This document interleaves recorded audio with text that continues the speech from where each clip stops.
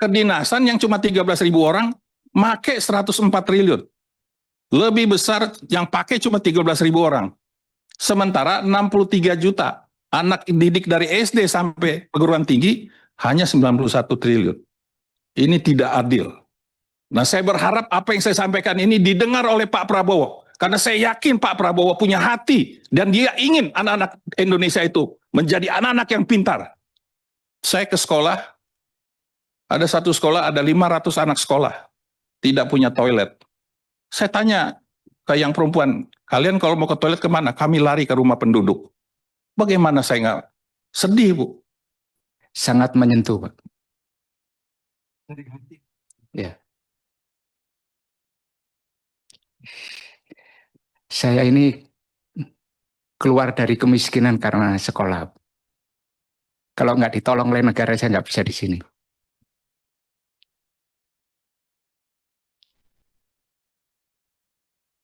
Touchful. Terima kasih, Pak Mekeng.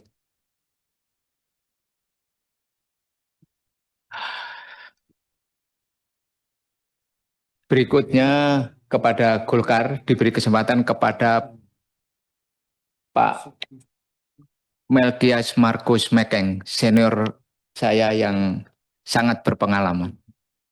Baik, terima kasih. Pimpinan, teman-teman Komisi 11 yang saya hormati, Ibu Menteri Keuangan beserta jajaran, Pak Menteri Bappenas beserta jajaran, Gubernur BI beserta jajaran, Ketua OJK beserta jajaran yang saya hormati. Kalau mendengarkan penjelasan tentang asumsi makro, saya merasa yakin itu bisa dicapai karena sudah dilakukan penyesuaian terhadap pertumbuhan ekonominya. Saya tidak akan masuk dalam asumsi makro karena besok kita mulai masuk di panja. Bu Menteri, tadi Bu Menteri tanya selama ini kemana aja saya. Saya sekarang katanya sudah sesepuh, jadi saya jadi ketua fraksi MPR. Tugasnya, salah satu tugas MPR itu adalah sosialisasi 4 pilar. Dulu saya tidak pernah mau lakukan itu, Bu. Tapi setelah saya lakukan ini, saya merasa bahwa tugas ini lebih mulia, Bu. Karena kalau anak-anak didik kita tidak bekali mereka dengan 4 pilar itu. Bukan sesuatu yang tidak mungkin, perpecahan di negara ini bisa terjadi. Dan itu saya tidak mau. Karena saya sudah punya cucu, Bu. Jadi saya tidak mikirin lagi saya, tapi saya mikirin anak saya dan cucu-cucu saya. Tentunya dengan bapak-bapak dan ibu sekalian semua. Saya ingin bicara tentang pendidikan, Bu. Fokus di pendidikan. Tadi saya senang sekali karena tadi program yang akan dibuat oleh Pak Prabowo, program unggulan adalah salah satunya adalah pendidikan. Tapi pendidikan yang bagaimana? Yang saya inginkan adalah pendidikan yang berkeadilan. Kenapa berpengadilan? Nah, mungkin bisa saya tampilin di sini video saya pada saat melakukan sosialisasi. Nanti ada bagaimana seorang anak mempertanyakan kita sebagai anggota DPR bisa memperjuangkan pendidikan yang berkeadilan. Bisa itu ya. Nah, ini dia.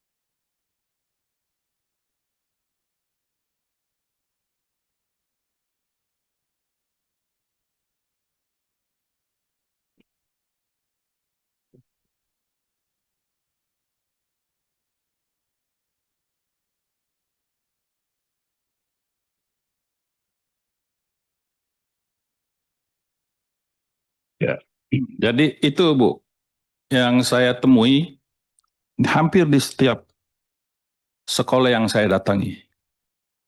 Jadi ini bukan suara saya, tetapi benar-benar suara dari anak-anak sekolah di sana. Kita tahu dasarnya jelas, dasar hukumnya. Ya, dasar hukumnya di Undang-Undang Dasar 45 ada.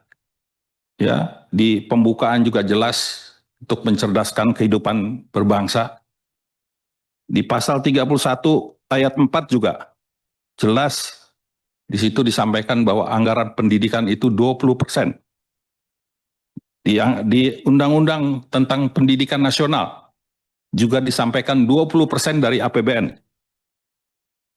Putusan Mahkamah Konstitusi tahun 2007 juga menyampaikan bahwa 20% itu harus. Dan yang paling penting adalah Peraturan Pemerintah Nomor 48 tahun 2008 tentang pendanaan pendidikan. Itu 20% tersebut dibelanjakan oleh pemerintah pusat dan daerah. Ini saya kasih gambaran, Bu. Jumlah SD di Indonesia itu ada 149.748, negeri dan swasta. Jumlah gurunya ada 1,5 juta dan jumlah siswanya SD di Indonesia dan jumlah siswa SMP di Indonesia juga ada. Terus deh. Nah, saya ingin sampaikan Bu, tingkat pendidikan kita di Indonesia itu paling besar 24,3 itu tidak sekolah. 24,3% tidak sekolah. SD 22,27%, cuma tamatan SD. SMA 21,5%, SMP 14,45%. Mulai S1 sampai S3 itu nggak sampai 5%. Jadi bayangkan kalau ini terus kita tidak lakukan pembenahan, saya tidak yakin bonus demografi yang kita gaungkan bisa kita nikmati. Karena kita hanya punya kurang lebih 5% S1 sampai S3. Ini data real. Jumlah anak tidak sekolah yang paling banyak ya di Jawa Barat karena jumlah penduduknya besar. Tapi kalau persentase saya rasa mereka kecil. Yang putus sekolah, Bu, paling banyak SD. Setelah itu SMA, K dan SMP. Ini putus sekolah ini. Ini data yang saya dapatkan. Dan Ibu bisa lihat keadaan terus deh. Keadaan sekolahnya. Terus. Nah ini keadaan sekolahnya, Bu. Ini saya foto langsung. Potret sekolah rusak di NTT dan pelosok negeri. Jadi ini kenyataannya. Yang berikut terus. Nah ini anggaran pendidikan. Anggaran pendidikan 2020 547 triliun. Anggaran pendidikan tahun 2025 724,2 triliun. Jadi semakin tinggi APBN kita, anggaran pendidikan kita tinggi. Terus, nah sekarang kemana anggaran pendidikan itu dinikmati? Pendidikan formal dari tingkat dasar, pendidikan dasar sampai menengah itu 33,5 triliun. Pendidikan tinggi 57,7 triliun. Totalnya 91,2 triliun. Berapa orang yang menikmati itu 91,2 triliun? Itu totalnya kurang lebih 62 juta siswa dari SD sampai perguruan tinggi. Pendidikan kedinasan 104,5 triliun. Siapa yang menikmati itu? Dan itu berapa orang? Hanya 13.000 orang. 13.000 orang memakai anggaran 100,45 triliun. Ini yang saya sampaikan dari tadi itu pendidikan yang berkeadilan. Jadi bagaimana kita mau memperbaiki pendidikan kalau anggaran 20% itu lebih banyak dipakai oleh kedinasan? Harusnya anggaran kedinasan itu dimasukkan ke dalam anggaran kementerian dan lembaga masing-masing. Sudah dialokasikan di sana, jangan disentuh 20% ini. Kalau 20% ini tidak disentuh, pasti anak-anak sekolah dan anak-anak kita pasti akan lebih baik. Yang menyedihkan juga, udah anggarannya sedikit, dikorupsi pula. Untuk internetnya BTS dikorupsi, untuk komputernya dikorupsi yang lagi ribut sekarang. Tahun 2004, Bu, saya kirim anak saya masuk SMP di Australia, mereka sudah pakai laptop. Tahun 2004 tuh. Sekarang 2025, 21 tahun, Indonesia masih ribut. Anggaran 10 triliun sekarang sedang dibongkar. Ini kan ironis, Bu. Kita mengharapkan Indonesia emas tahun 2045, tapi anggarannya dikorupsi. Anggaran pengadaan laptop dikorupsi, untuk jaringan pun dikorupsi. Terus yang lebih nggak adil lagi, kedinasan yang cuma 13.000 orang, make 104 triliun. Lebih besar yang pakai cuma 13.000 orang. Sementara 63 juta anak didik dari SD sampai perguruan tinggi hanya 91 triliun. Ini tidak adil. Nah, saya berharap apa yang saya sampaikan ini didengar oleh Pak Prabowo. Karena saya yakin Pak Prabowo punya hati dan dia ingin anak-anak Indonesia itu menjadi anak-anak yang pintar. Saya senang ini, Ibu tadi sampaikan bahwa ada sekolah rakyat, ada pendidikan, tapi harus beradilan. Yang dinas-dinas ini mereka kan sudah S1. Ngapain lagi pakai anggaran untuk anak-anak yang buat SD ini? Taruh aja di anggaran, diberikan aja anggaran langsung masing-masing kepada KL-nya. Jangan menyentuh yang 20% ini. Dan ini sudah berlaku terlalu lama. Makanya keadaan fisik sekolah di daerah-daerah ini saya rasa bukan hanya di NTT, di daerah lain pun sama. Jadi saya berharap Bu Menteri, ini masih proses di dalam anggaran ini masih ada waktu. Kalau bisa anggaran pendidikan itu diberikan yang lebih adil. Saya ingin sampaikan ini, Bu, di PP yang terbaru, peraturan pemerintah. Terus deh. Peraturan pemerintah, terus. Nah ini. Peraturan pemerintah ada perubahan nomor 48 tahun 2008 dirubah pasal-pasalnya, yaitu khusus dalam pasal 80 diatur mengenai pengalokasian APBN setiap tahunnya ditentukan sekurang-kurangnya 20% dari belanja negara dan alokasi tersebut tidak termasuk biaya pendidikan kedinasan. Itu ada di PP.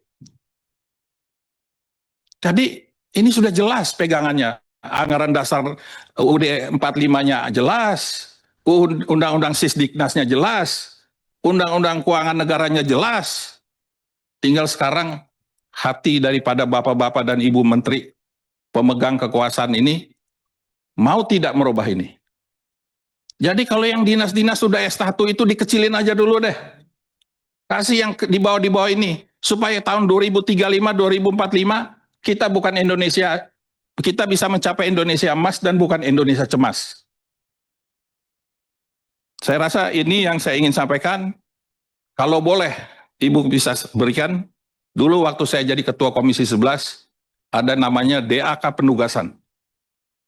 Kasih DAK penugasan kepada kami di bidang pendidikan. Dan itu mekanisme APBN, supaya kita bisa tahu, karena kami ini sekarang kerjanya ke daerah, Bu. Ke sekolah-sekolah, terus kita mau bilang apa? Kita mau ngomongin kurs, kita mau ngomongin invasi, kita mau ngomongin lifting. Mereka nggak peduli. Yang mereka tanya kepada kita, Pak, kami punya sekolah bagaimana? Saya pernah temuin terakhir nih, Bu, ya. Saya ke sekolah, ada satu sekolah, ada 500 anak sekolah. tidak punya toilet. Saya tanya ke yang perempuan, kalian kalau mau ke toilet kemana? Kami lari ke rumah penduduk. Bagaimana saya nggak sedih, Bu? Ada anak kecil, mereka langsung ngomong, Bapak tolong bangunkan kami asrama. Kami tinggal di atas gunung. Tiap hari harus pulang dari atas gunung ke kecamatan untuk ini. Harus buatin asrama. Mungkin ini yang dialami oleh Pak Bahlil dulu waktu di Papua. Dia susah, tapi di akhirnya jadi menteri. Di situ saya katakan kepada mereka, kalian tidak boleh putus asa.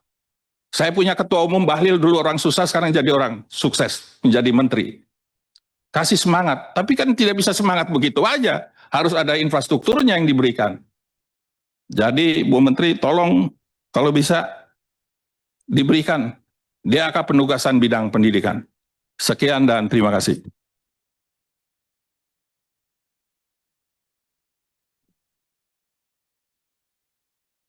Sangat menyentuh, Pak.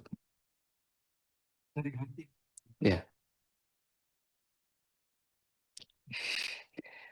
saya ini keluar dari kemiskinan karena sekolah. Kalau nggak ditolong oleh negara, saya nggak bisa di sini.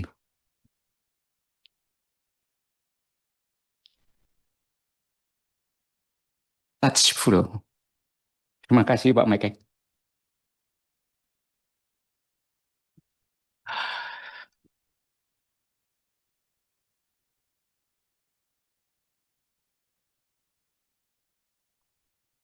Silakan berikutnya dari